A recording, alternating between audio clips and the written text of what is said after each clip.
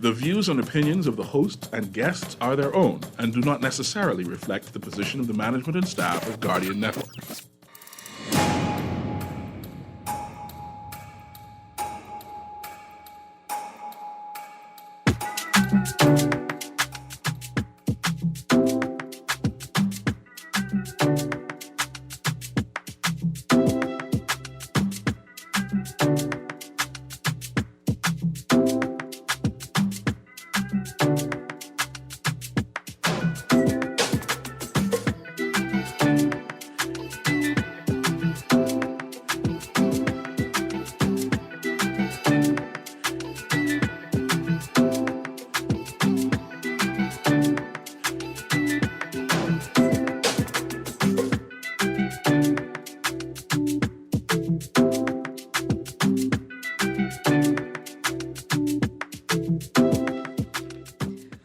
Good yawning this morning, Bahamas. Good morning and welcome back to 0.9 FM Guardian Radio. It is Thursday, the 27th of May, 2021, and that must mean you're on the clock with Erin Greene. On the clock, we engage organizations, institutions, social and cultural leaders, and ordinary people to better understand the impact of public policy, private sector development, and emerging social and consumer trends. On the clock, we have conversations that help us understand and navigate a rapidly changing Bahamas. Today's show is brought to you by the Department of Inland Revenue. And I have a brief message to start the show from the Ministry of Finance. Join the Ministry of Finance today, Thursday, May the 27th at 10 a.m. for the National Budget Press Conference. Watch the live stream on Facebook via the Ministry of Finance's page, or tune into your favorite local TV or radio station. This message is brought to you by the Ministry of Finance. And so that means while you're tuned into 96.9 FM on your radio, you can tune into the budget conference on Facebook. You can also tune into this discussion on GuardianTalkRadio.com, where we're streaming live audio and video. You can listen in on TV on Cable Bahamas Channel 969, or Flow Channel 612. Or download the Guardian Radio app for your Apple or Android smart devices. And listen to our audio feed or watch us on our video feed right there on the Guardian Radio app. You can also text us on the Guardian Radio text line. That's 422-GR96, 422-4796, and that's powered by BTC Standard Text Rates Apply. You can also call us at 323-6232, 325-4316, or 325-4259. Well, good morning and welcome to On the Clock. Today, my guests that'll be joining us in a moment are Dr. Chris Curry from the University of the Bahamas, Mr. Joey Gaskins, Mr. Q Ferguson, and another guest will be joining us shortly. I'm still trying to confirm their name. But we're going to be talking about the second debate in the National Political Debate Series being organized by University of the Bahamas and Verizon Media. This is going to be a wonderful discussion. There's some new changes. And if you watched the first debate, I'm sure you're very interested in finding out how the second debate will differ from the first debate. There are also some exciting advancements in the way that we're going to do this debate. So I think it's important for people to tune in, especially if you are a citizen who is looking for ways to participate in the process of governance. The debate system, the political debate, is a way for us average citizens to participate in governance. I don't want to say politics, because what we're really doing is how we choose the people to govern us, right? And this coming debate is going to offer even more options for participation than the prior debate. So I think that's going to be very exciting. And we'll bring those guys in a moment, but I've got some what's in the headlines and some news to talk about. So, first off, as a woman and a person who is related to women, I'm very happy that the Prime Minister announced the elimination of VAT on what we call feminine hygiene protection products, like sanitary pads and tampons. This is very, very good. When I say it's very, very good, it's kind of like the way when you like 13 and you learn how to tie your shoelaces finally, and your mother looks at you and says, very, very good. It's something really you should have learned a long time ago. We should have removed VAT on these feminine hygiene products from the day it was implemented.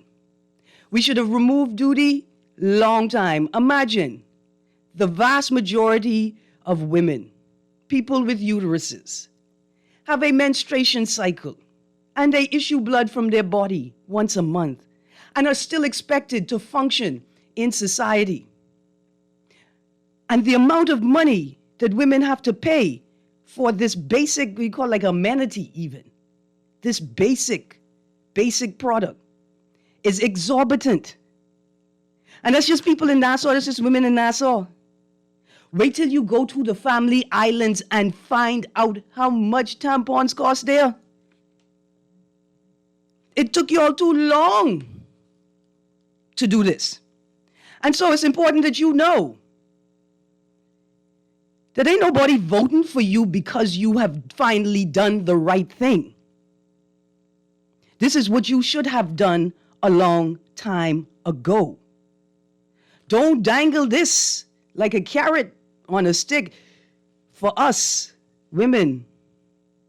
It can take a whole lot more than this to convince us that you are the party of women. And don't say you did it for women, you know, because you don't think the men in women's lives are concerned about their ability to take care of themselves in this basic way? You don't think the men in women's lives struggle and get frustrated that they can't afford to give their woman, the women them, ensure that they are able to access the things that they need? I have a text here. Good morning, Erin. I wished the PM would make feminine hygiene products free for women. I'm unemployed and it's extremely difficult to purchase these items sometimes, but it is a step in the right direction, I suppose. It is a step in the right direction. In fact, I expected to see feminine hygiene products like pads and tampons in the food distribution boxes. If not, there should have been a similar distribution network for other needs of people. Thank you very much, texter. Another text says, the PLP is like a beautiful cake, but when you bite into it, it's styrofoam.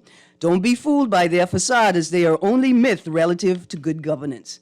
Well, thank you, texter, for bringing up the PLP, because I did not bring them up. I didn't even reference them, but I'm glad that you did bring them up because I wanted to talk about them. You made it so much easier to make this transition to the words of the MP4. Is that Exuma? Chester Cooper, referencing Ragged Island. And I almost fell out of my chair. Government has no credibility left on Ragged Island.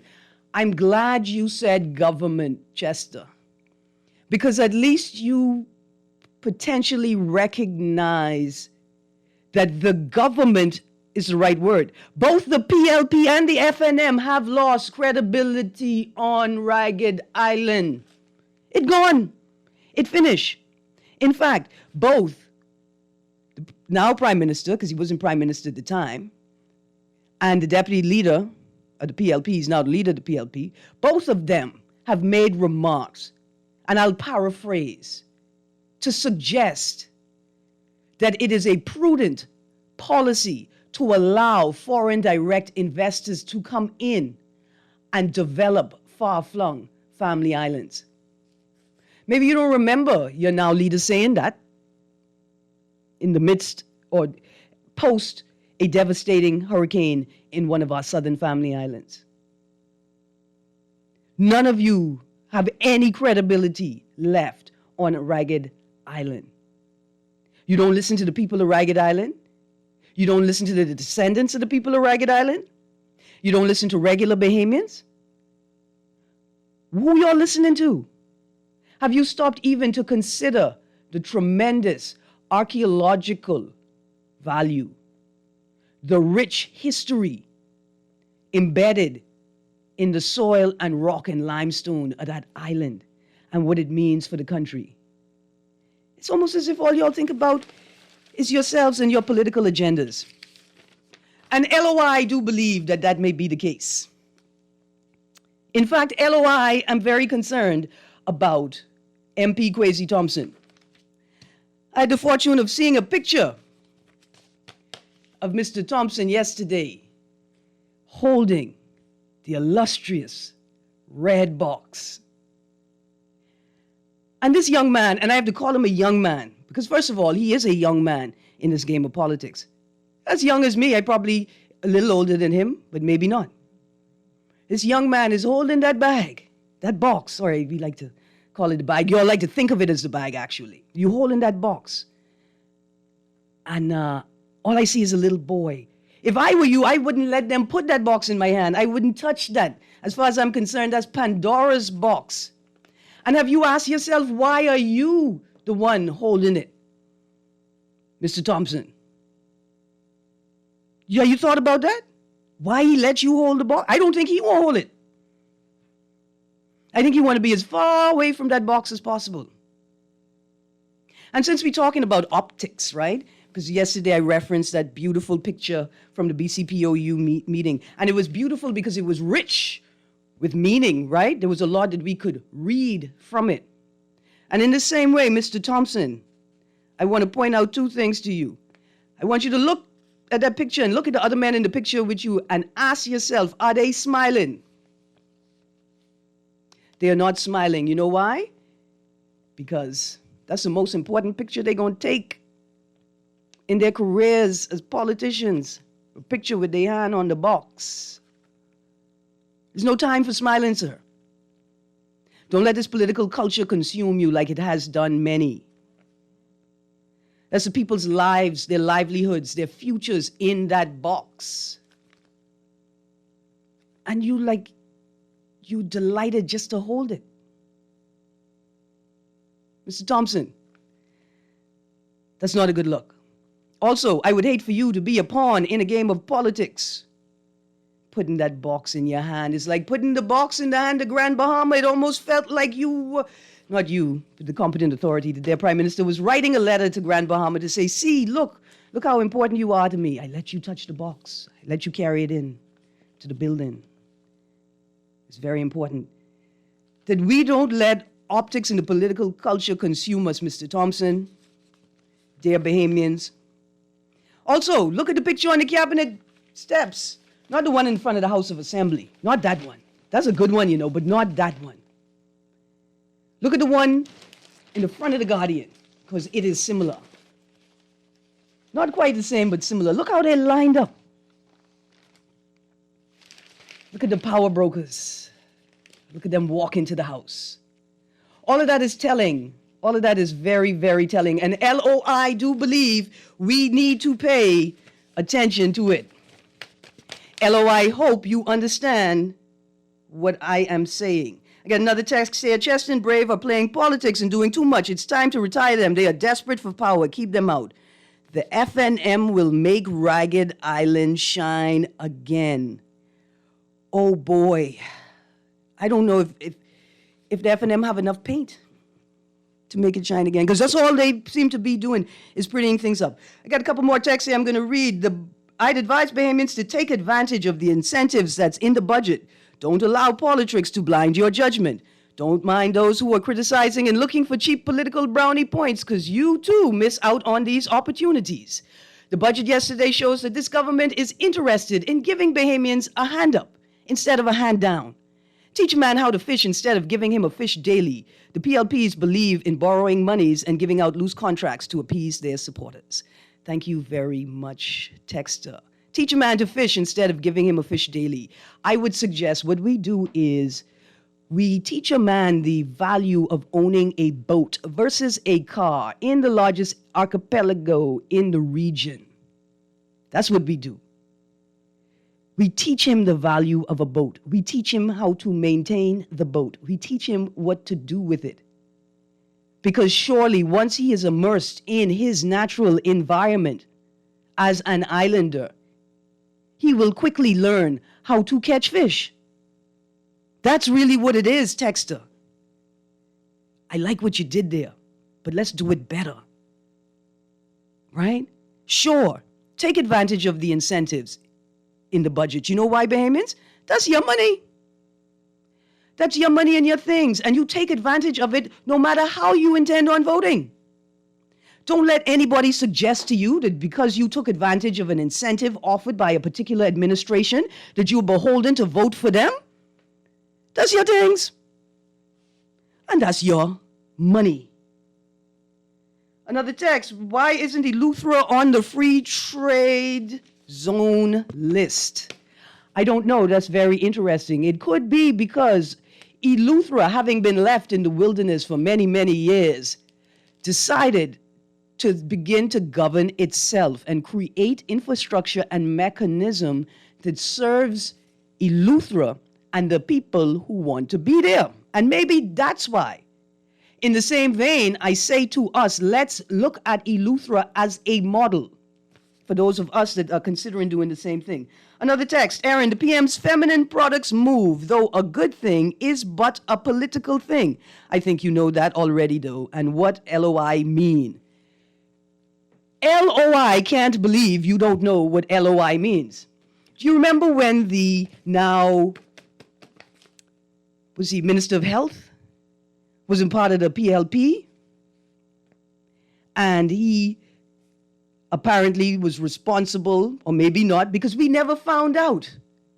But anyway, somebody alleges that an LOI, a letter of intent, was issued from the administration that Renwood Wells was sitting in as he was responsible or possibly partially responsible.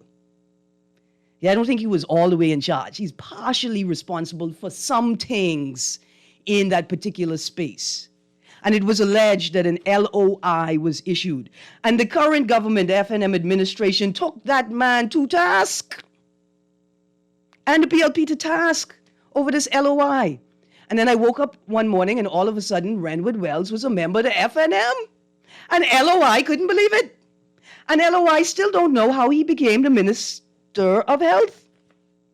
LOI don't know why he's standing on the front line in this picture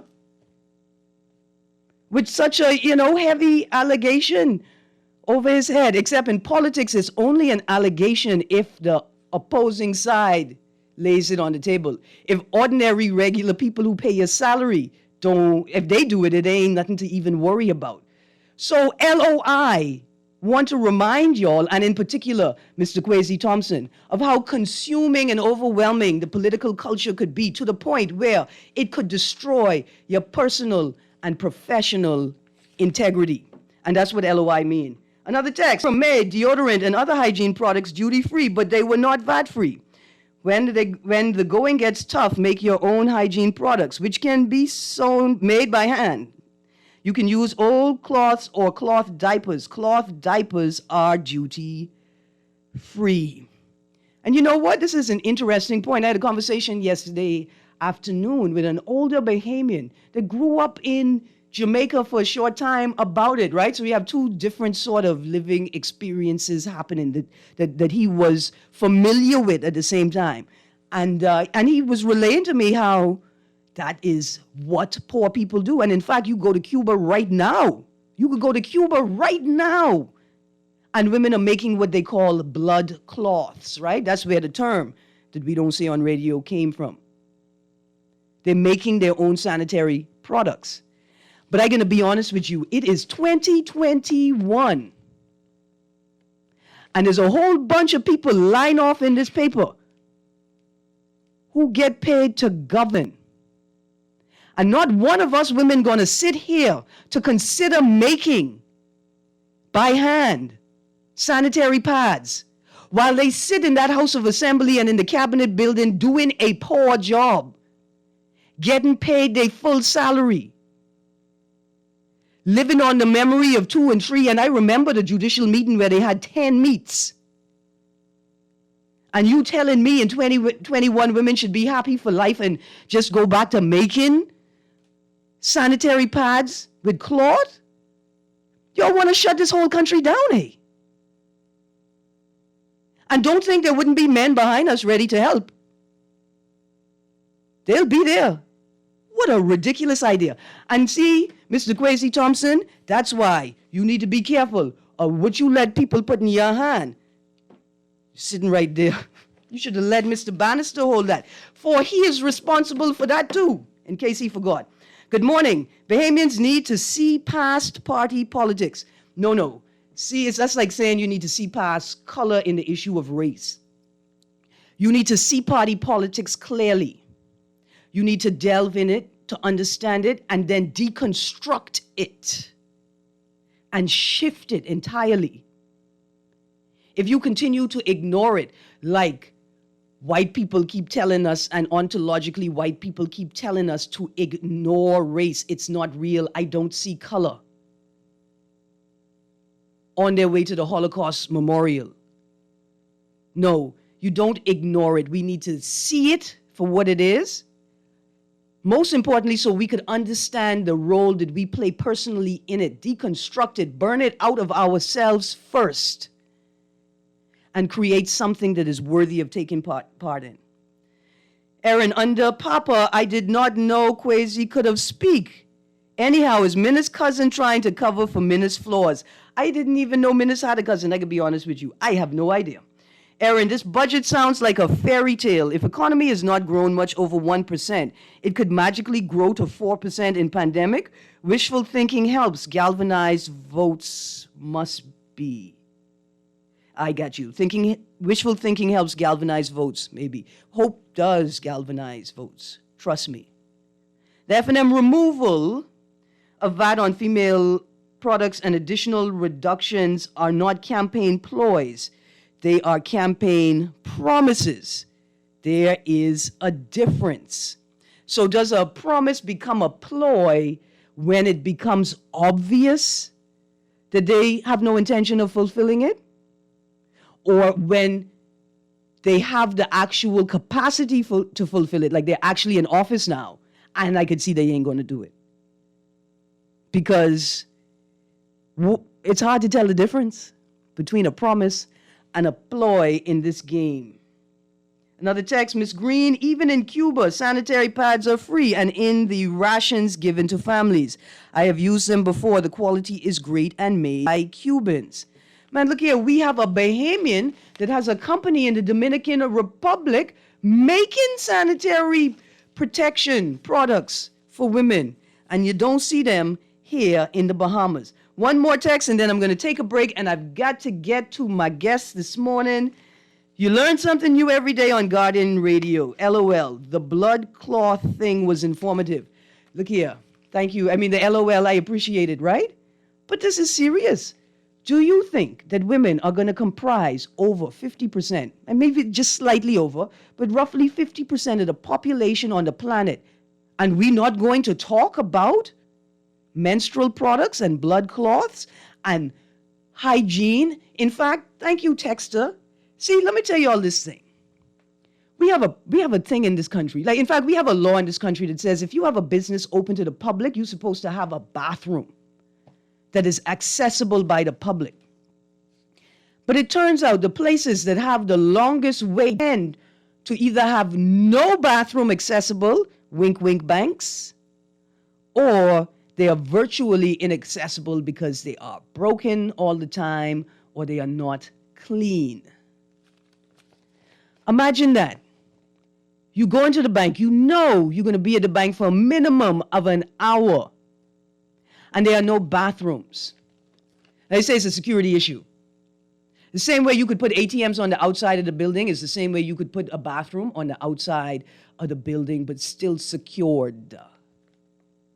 We make up 50% of the population, and we need to change our feminine hygiene protection when it is necessary, or we could get ill and die. The same way men like to talk about they have to pee on the side of the road because they have urinary issues and they could die. And I want to say good morning to the gentleman that thought it prudent to urinate on the side of the Guardian building in front of people sitting in their cars. Good morning. But that's another reason why we need a bathroom. Now, I can be honest with you. That don't have nothing to do with the Guardian. That's a bad mind person. Because the Guardian have bathroom. Accessible to the public. All the time. Properly maintained. Stellar, sparkling bathrooms. So nice that sometimes I don't worry about using the bathroom at home because I know I go into the Guardian. So there are reasons why we need these bathrooms. Varying reasons. The most important one is because virtually all women bleed once a month and need access to basic bathroom facilities. So it ain't no ploy and it ain't no promise. It's something that should have been done a long time ago and forever. Morning, Erin. Elimination of customs is no guarantee that prices will fall, because ultimately pricing in this regard is up to the local distributors. They have no trust in them that they can help themselves to do the right thing and still not charge the same price while costs have dropped just to be greedy. Well, Texter, I can't say I agree on the just to be greedy side.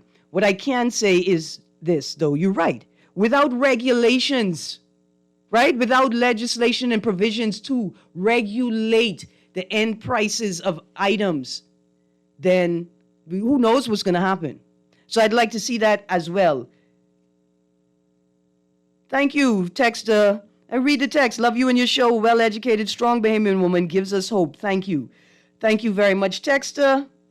Please remember that it was the PLP that implemented VAT, including on feminine products. Boy, you just setting the FNM rate up for a bruising, but that's okay. Kermit, it's a great time to go to a break, and when we come back from the break, we're going to talk about the upcoming debate series. Have an outstanding real property tax bill? Take advantage of our Real Property Tax Forgiveness Program. Bring your account to zero and receive a 50% discount on your outstanding tax and surcharge past 180 days. Or get a payment plan. Make a 25% deposit on your outstanding tax, receive a 100% waiver on the surcharge, and pay the difference within 36 months, interest-free. Contact the Department of Inland Revenue at 225-5778 or email us at rptforgive@bahamas.gov.ps. Offer ends May 31st. Preparing for a hurricane can make all the difference in safeguarding the lives of family, friends, and neighbors. By knowing what action you should take, you can reduce the effects of a hurricane disaster. Get all the facts of the potential of having insurance, impact-resistant windows, home emergency power, essential supplies, and a lot more before the storm. After the storm, where to purchase building or cleaning supplies, waste disposal, medical care, and more. The Nassau Guardian's Hurricane Guide will help you make sure everyone knows what to do in the event a hurricane approaches. Take advantage of this double insertion opportunity, plus 15 commercials on Star 106 hits. Contact us today at 302-2300. That's 302-2300, or your account executive. Will you be prepared?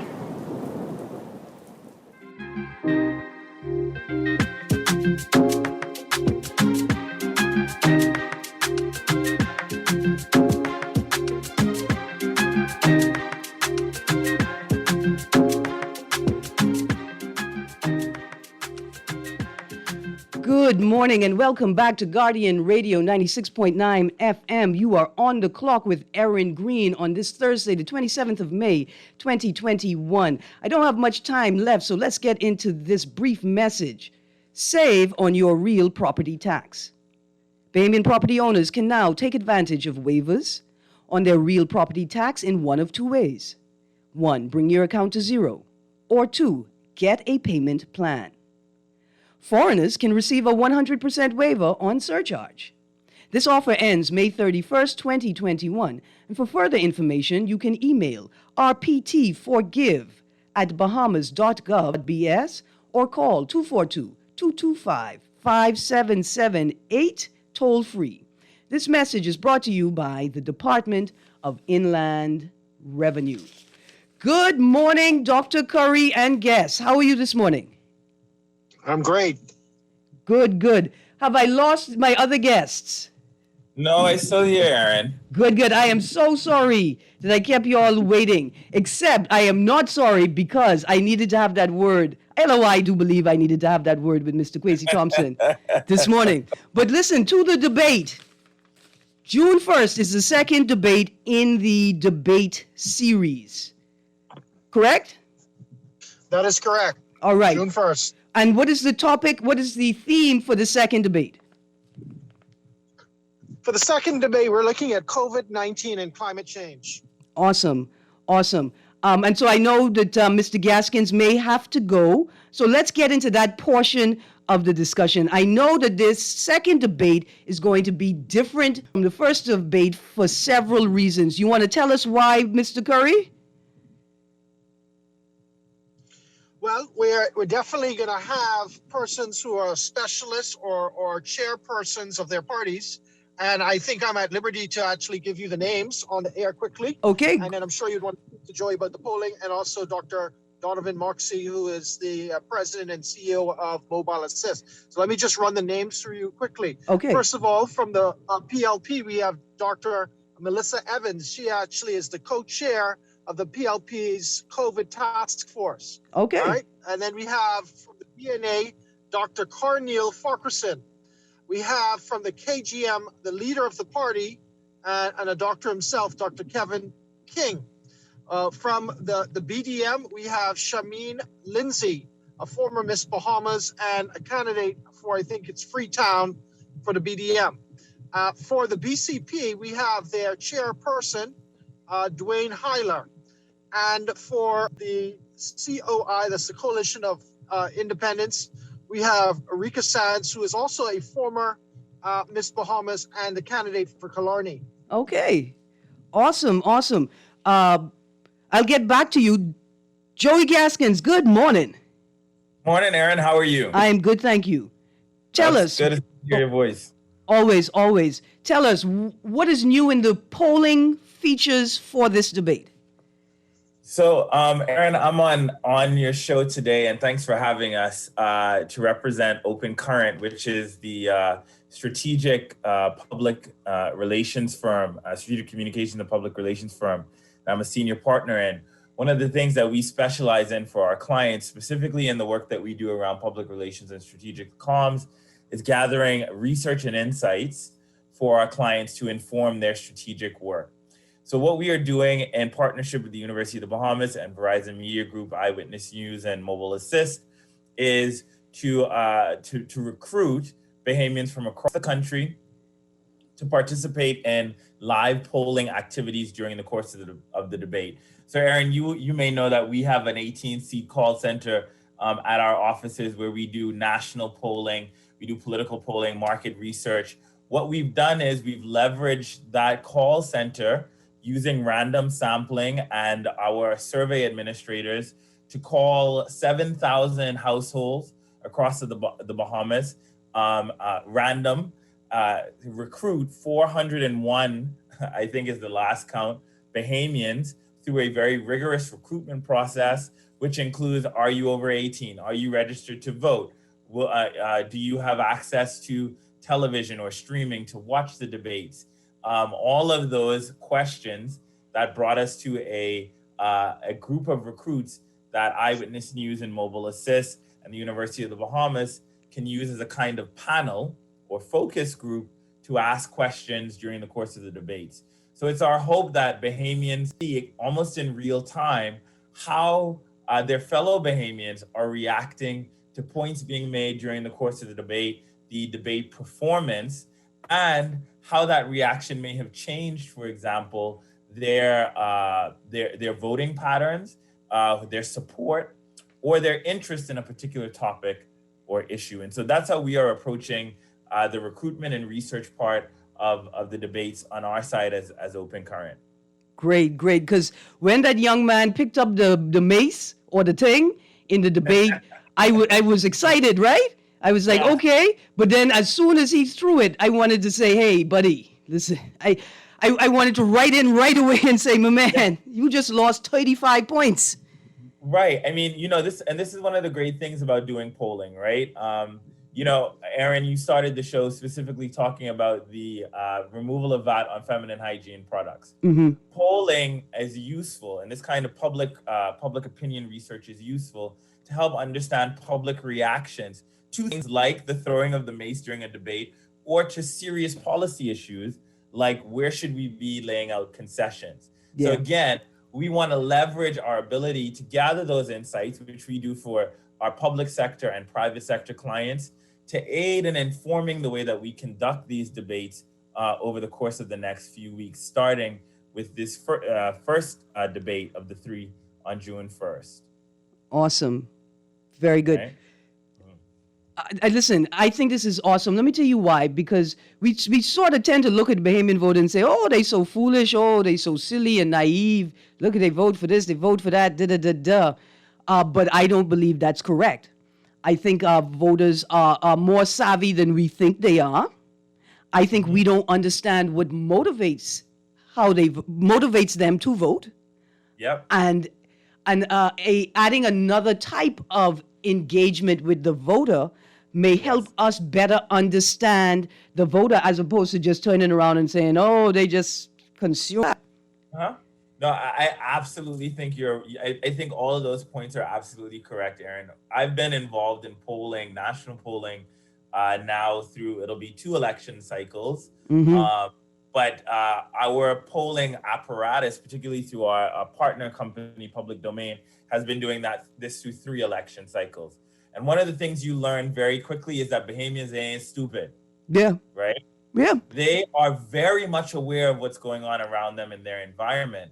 We have failed as people who operate in the political space, or people who operate in communication space. We have failed to understand what is actually motivating the voters, right? And so it looks like from the outside that we impose sometimes our own assumptions, especially when it comes to our assumptions around class and education, Erin, if you get what I'm saying. Oh, yeah. We impose those assumptions on the Bahamian voter, thinking that we know them as a monolith.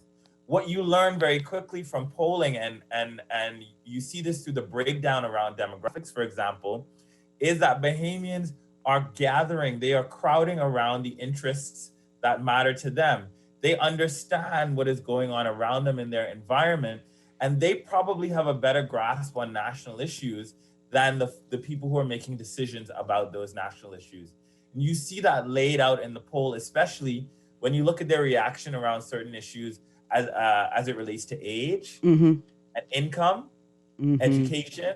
And to your earlier point on feminine hygiene products, it would be very interesting to see a split on public opinion or support, and if we can go further, based around gender. So polling is not just the big numbers, do you support, do you not support, but it's also about digging beyond that or beneath that to look at how Bahamians are congealing based on their demographics around certain issues, or reacting to certain issues in particular ways based on those demographics. So very interesting. I think the big point here is that the Bahamian voter is not a monolith. They are smarter than we like to get it for. Oh, yeah. And we can go a longer way to understanding what motivates them. I think that those are the 3 key takeaways. Absolutely. I think it's important for third parties and other parties and independents to take advantage of every mechanism that is available to them to better understand the audience they are trying to engage. But Absolutely. Now, guys, I heard there's something possibly even more exciting than me getting to participate in this debate without leaving my house. Mr. Moxie, good morning.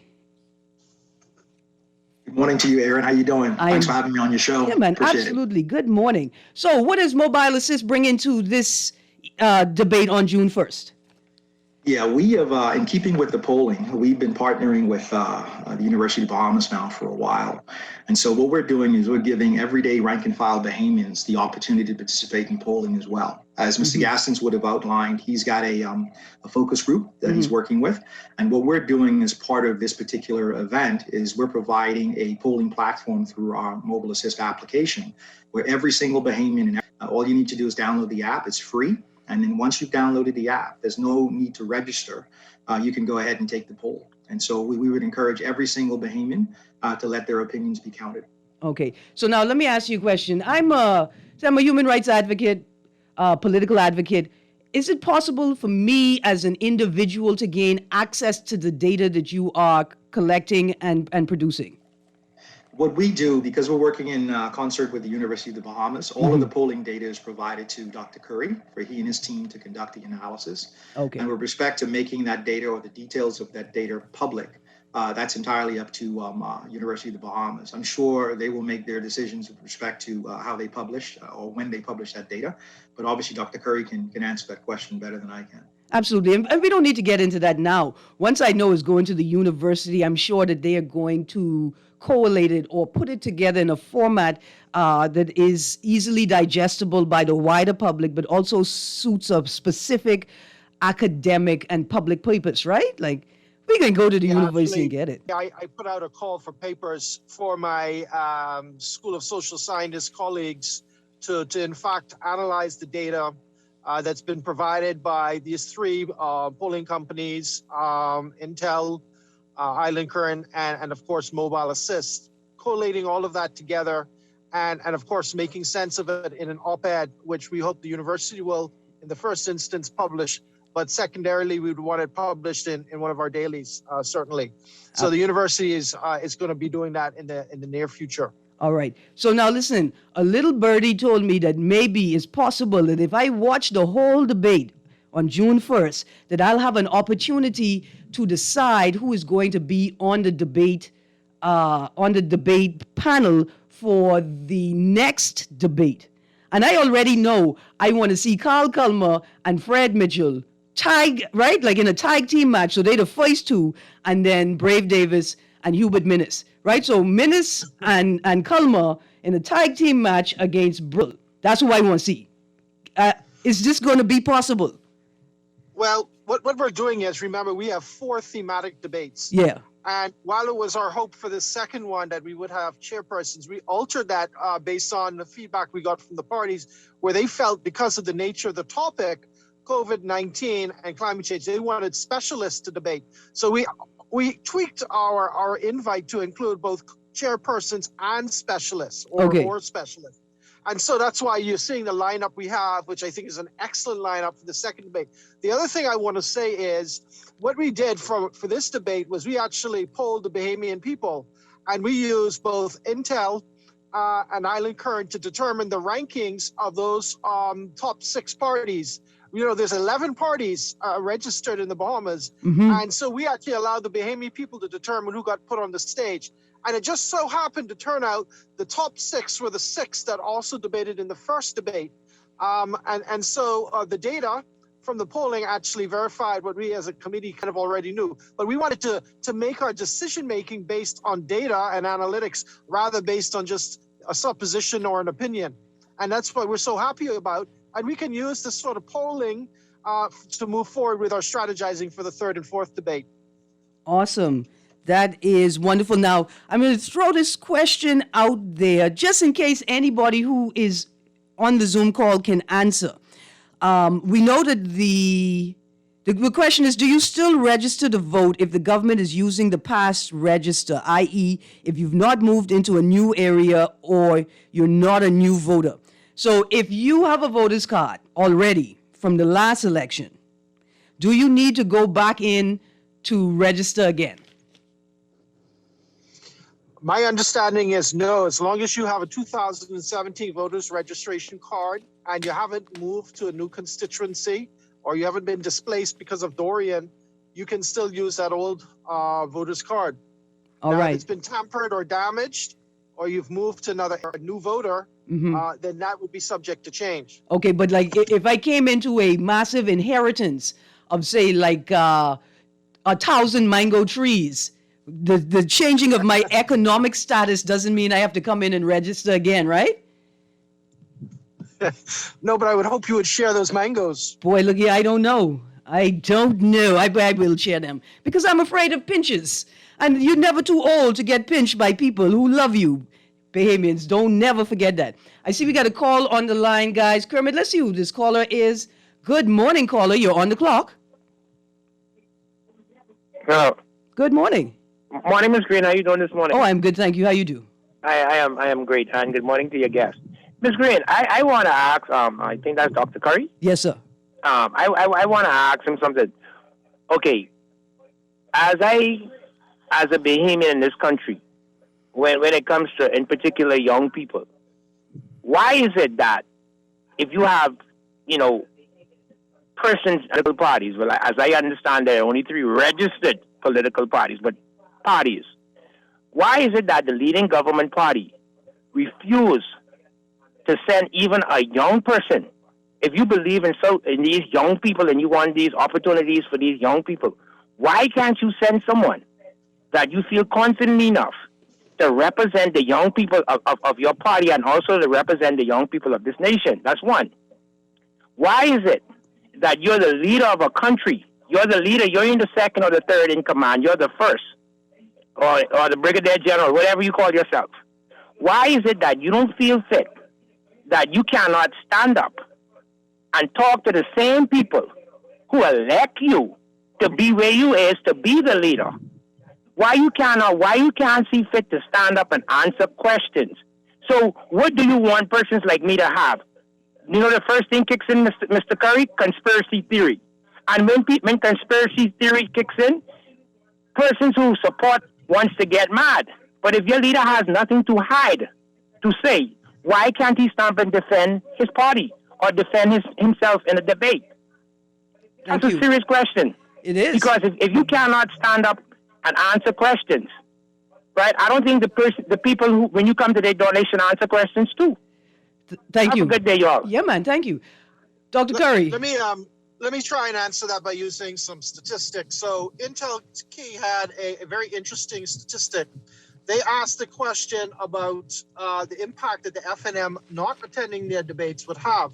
And 79%, or 4 out of every 5 that were polled, say that the FNM's decision to not join the debate series has a negative impact on their view of the party. That's 4 out of every 5 polled.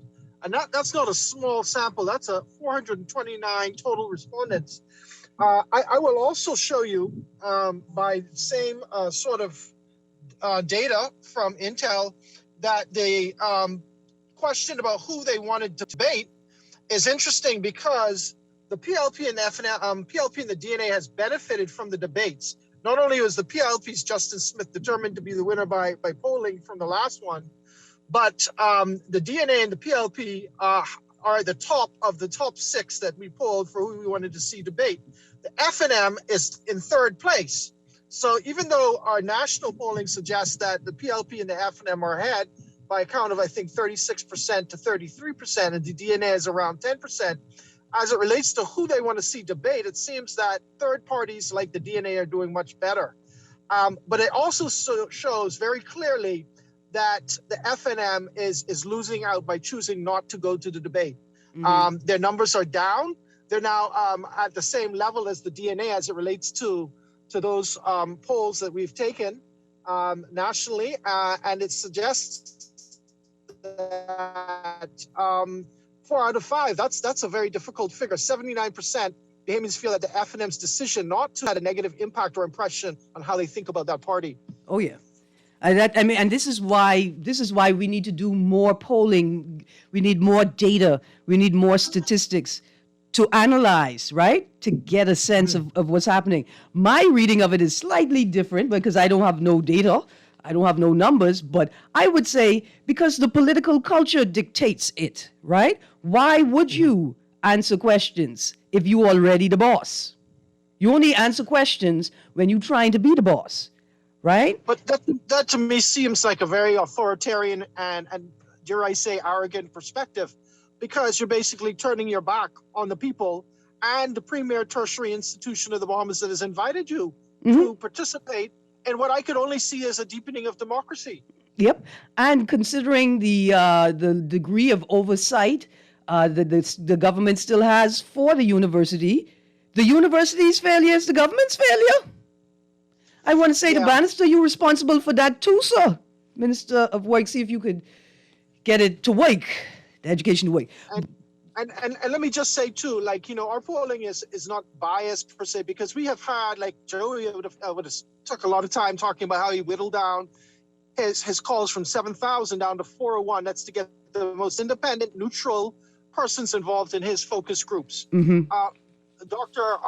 Moxie will tell you that he has a very rigorous polling system that allows people to basically take his poll within 2 minutes if you don't go through the registration process. And there's no allegiance to one party over another. It's a very secret, private polling. You're not going to be victimized by people knowing your information. That's not going to happen. Mobile Assist has taken great care to sure that? I'm sure Donovan would want to talk about that.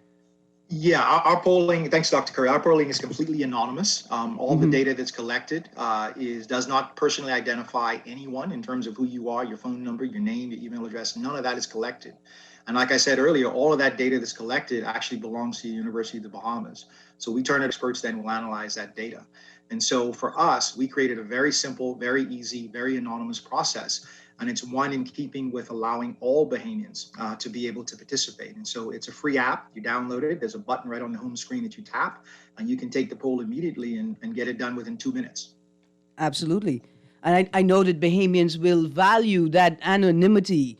You know, we are very concerned about political victimization. Now, as an aside, let me just say, some of y'all ain't concerned at all. Some of y'all just, put on your political shade, leave your government office, start campaigning on the way out. They're just brave. Gentlemen, I'd like to thank you very much for joining me this morning. I am Dr. Curry, we've spoken about a potential recap on June the 2nd to see how... Yes, looking forward to that. I would really like you to come, otherwise I will be forced to make jokes about the current political culture. But it would be great to... I'll be there. Yeah, it would be great to have you on board. I have a text here before we go. Erin, Carl Culmer is no match for Fred Mitchell. Fred will chew him up and spit him out. Carl Culmer can't think off his feet. On his feet will be Weiser. LOL, and trust me, I'm not being biased here. I can be honest with all of y'all. Fred Mitchell is not allowed to debate anybody unless the elder women of Fox Hill are on the stage next to him so they could pinch him when it is necessary. Because sometimes, no matter how old we get, we still need somebody nearby to help us moderate our behavior. I hope you hear that, Mr. Mitchell. Please stop talking to people bad. It's inappropriate, it's unbecoming, and our young more. I got one more text, guys. I'm a proud F&M, and I don't need my leader or party to participate in the debate if it is not the right format. Dear gentlemen, don't say anything else. Let me close out the show. I'm not sure that the current administration knows what the right format is, but surely it should trust the country's premier tertiary institution, which it has oversight for. That's the easiest thing to do. But I appreciate your allegiance to your party, and I'm glad that you're proud. Like we're all proud to be Bahamians, and we're all proud to be humans. It's just a thing. It's a natural vibe. So have a great day, Bahamas. Be proud of yourself today for being the best person you could be. Dr. Curry, Mr. Moxie, Mr. Gaskins, thank you so much for joining the show today. And we will continue this debate discussion on June the 2nd. It's been wonderful having you tune into the show, audience. Thank you to my caller for engaging. Just a last test. Good morning, Ms. Greene. I hope PLP give DeWitt a good job. I must say he is not easy, always on point when he talks. Good show, Ms. Greene. Thank you. There are people out there who want to contribute to their country, and they measure themselves and they practice and they work on it because they want to make sure we all headed in the right direction. So thank you, DeWitt. Thank you to all my callers and texters. Have a great day, Bahamas, and stay tuned to 96.9 FM because my man, Levon Miller and Unleash is up next. Have a great day, Bahamas.